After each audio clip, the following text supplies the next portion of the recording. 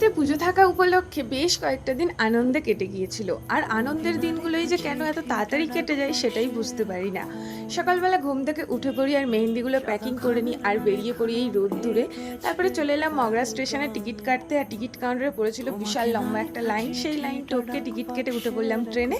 আর উঠেই আমি পেয়ে গিয়েছিলাম জানলার ধারে সিট। তারপরে ডায়মন্ড হারবার স্টেশনে গিয়ে মেহেন্দি ডেলিভারি করে চলে গিয়েছিলাম একটু কেল্লার ধারে। আর এই এতগুলো দিন পরীক্ষা চলার কারণে মানে ফার্স্ট সেমিস্টার চলছিল আমাদের, তাই আর একদমই গল্প আড্ডা মারা হয়ে ওঠেনি। তাই আজকে দুই বন্ধু এসেছিল, ডায়মন্ড হারবারে গিয়ে বেশ আড্ডা মারলাম। তারপরে খেলাম ফুচকা, মোমো, আইসক্রিম। তারপরে চলে এলাম বাড়ি। আর সেই দিন কোনো স্কিপ নিতে পারিনি। পরের দিন সকালবেলা ঘুম থেকে উঠে দেখলাম যে বাড়ির একে একে সবাই এবার চলে যাচ্ছে, কারণ পুজো তো হয়ে গিয়েছে, সবার বাড়ি ফিরতে হবে। তাই মনটা ভীষণ খারাপ লাগছিলো। শুধু এই ফুচকাটা আছে বলে একটু মনটা ঠিক ছিল, কিন্তু এও আর কদিন পর চলে যাবে। দেখা হচ্ছে নেক্সট ভিডিও। টাটা।